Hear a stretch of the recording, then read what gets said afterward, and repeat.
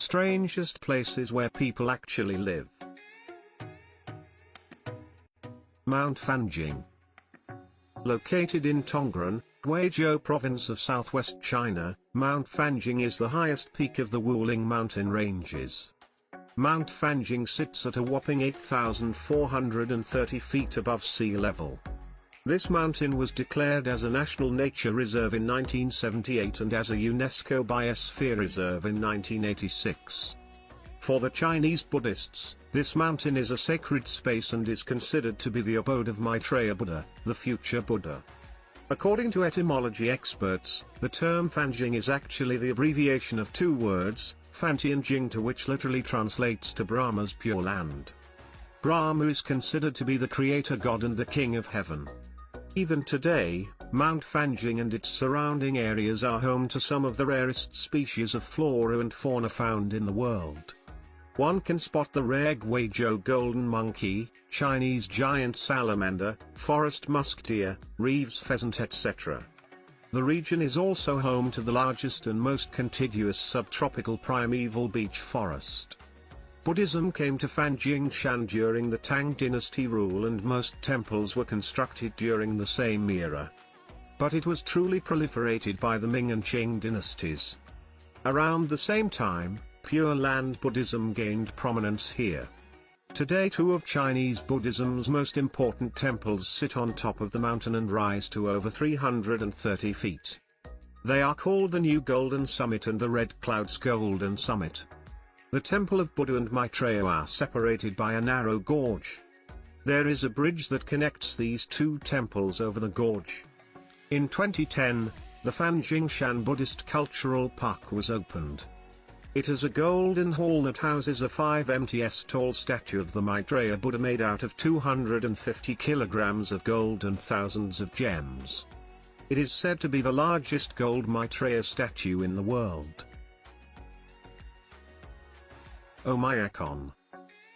This little rural settlement in Russia is the coldest permanently inhabited settlement on Earth. The temperature here drops to such lows that birds freeze mid-flight in winters. Omayakon is surrounded by two valleys. These valleys trap wind inside the town and create the colder climate. Summer temperatures are usually over 0 degrees Celsius, 32 degrees Fahrenheit, while in winters it falls to even as low as -60 degrees Celsius, -76 degrees Fahrenheit. Over the last few decades, the population of Omayakon has reduced considerably. It was only 900 in the year 2018. Omayakon houses do not have running water and thus their toilets are the dry pit type units. If you go to refill fuel at the pump, you have to keep your engine running, otherwise your fuel will freeze and the vehicle won't start. Omayakon does not use cell phones, simply because no cell phones can withstand these extreme temperatures. People's diet generally consists of just meats since no vegetables grow here. The town has a school that only shuts if the temperatures dip down to less than -55 degrees Celsius. The temperature is so extreme that no aircraft lands here, thus making the place truly cut off from the rest of the world. Beijou People. Beijou is a sea nomadic tribe that lives off the coasts of Malaysia. They have literally spent their whole life on the sea since they have no rights to live on Malaysian land due to their confused identity. This tribe traces its origins to the Sulu Islands of Philippines. However, over generations, the community seems to have moved closer to Malaysian waters. The Beijou homes are stilts and most of their livelihood depends on selling sea produce like fish, pearls, sea cucumbers, etc.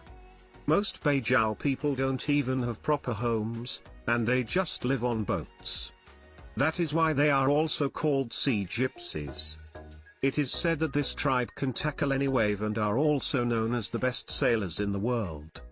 None of the land they have landed on has accepted the community, not Philippines, not Malaysia, Indonesia or Brunei. Their language too is quite different and depends on the coasts they have been close to. Beijou people are one of the finest divers in the world. They can dive as deep as about 200 feet and can hold their breath for about 10 to 13 minutes. Since they obviously lack facilities and equipment, all their dives are freestyle. A recent study revealed that the Beijou spleen was much larger than the regular human spleen, thus helping them to sustain underwater longer. Just like the sea animals. Education, society etc. are alien concepts to the Beijou. Their association with people is limited to their own community and those they trade with. The Beijou art and community life is quite unique.